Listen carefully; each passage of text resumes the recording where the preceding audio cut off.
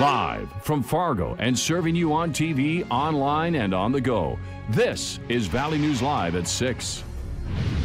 Many parents often worry about their kids getting bullied, but at what age does it stop? As part of our Battle Against Bullying initiative, Valley News Team's Rose Itzkovitz visits one West Fargo middle school that's working to combat bullying, but for an older generation. Bullying, I suppose could be a problem. It's not a problem here at Touchmark. Don Hoganson is 84 years young. He lives in his own apartment at Touchmark Retirement Community in Fargo. Early Monday morning, he visited Liberty Middle School, where 7th graders presented their research. No, he did. Michael Stetcher worked at Touchmark prior to teaching at Liberty. He says that inspired him to choose the retirement community as his student subject. Interestingly enough, I saw a ton of connections between education and a retirement community. One connection he saw from working in the dementia unit? Bullying. When bullying occurred, I don't think it was malicious. It was more just misunderstanding the situation, thinking that Alzheimer's is catchable, and maybe just having some empathy of what they're going through. A lot of it comes from a lack of understanding what other people are going through. And we wanted to kind of be ahead of that curve.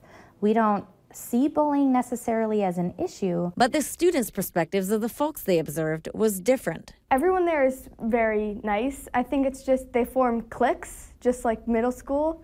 And so once they have a clique, it's just like, and you're friends with people, I think you start to close other people off, and I think that's what they mean by bullying, I guess. Students introduced kindness cards to the retired community as one of the solutions. When I got back to school, I looked everywhere and I saw like the cliques kind of that formed, but I also saw people being nice, and I was like, if everyone could do that, there would be no more kind of cliques, but there'd be more friends and no more probably bullying. Touchmark community member Clark Tufty says he didn't realize bullying was one issue the students were looking at until he saw the final presentation. There's no bullying here.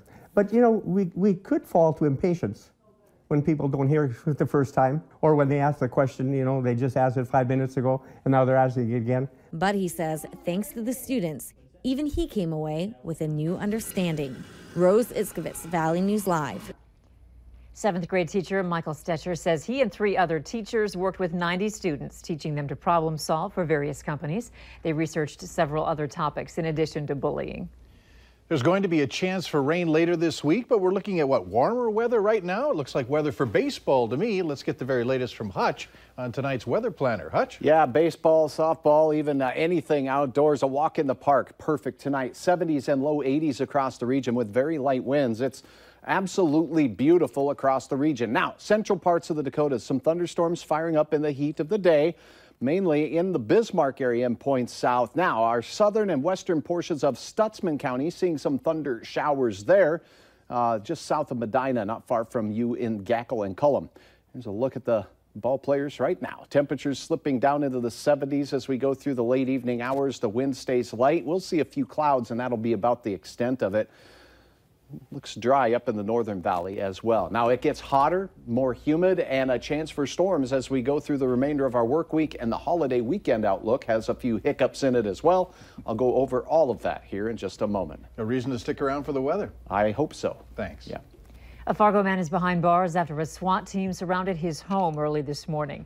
19-year-old Muhammad Abdul Shahid was arrested on multiple charges, including possession of marijuana with intent to deliver. It all started around 7 this morning in the 1000 block of 4th Avenue South when Fargo police served a search warrant for an ongoing narcotics investigation. Police say the SWAT team was only there to secure the home because Shahid has a history of violence and weapons.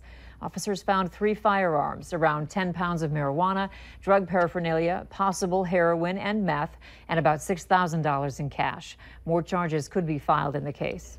Authorities in Barnes County are warning of a high-risk sex offender moving into that area. Felita Brave Bull Bredesen is living at 3441 109th Avenue Southeast in Valley City. She was convicted in Barnes County back in 2012 of corruption of a minor. If you have any questions, contact the Barnes County Sheriff's Office. A Missouri man who was in Minneapolis to work at the Super Bowl has pleaded guilty to trying to buy sex from an underage boy and girl as part of an undercover sting operation. Prosecutors say 33-year-old Justin Beard is facing 1 count of prostitution of children under the age of 16. He was arrested the week before the game when he was in town to work at the Super Bowl Live Festival on Nicollet Mall. According to the Hennepin County Attorney's Office, police posted an ad on Craigslist. Beard texted a phone number in the ad and offered 2 VIP tickets to a Super Bowl event to a teenage boy and teenage girl in exchange for sex. Beard's sentencing is scheduled for July 10th. Plenty of DUIs over the weekend in Moorhead, police saying that there were 8 arrests for suspicion of driving under the influence in less than 3 days. Officers are urging you to be smart and plan for a sober ride ahead of time.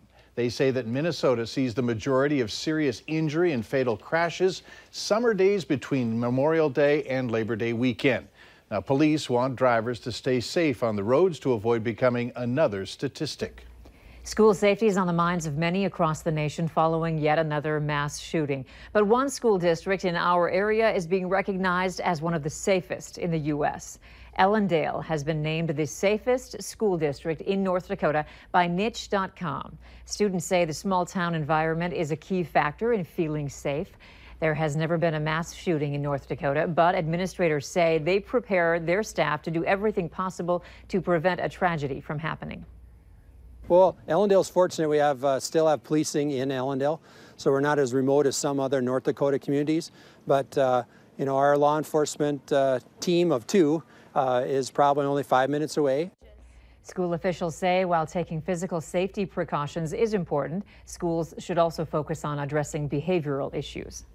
From helicopters to airplanes and fire trucks, emergency medical services come in a variety of ways.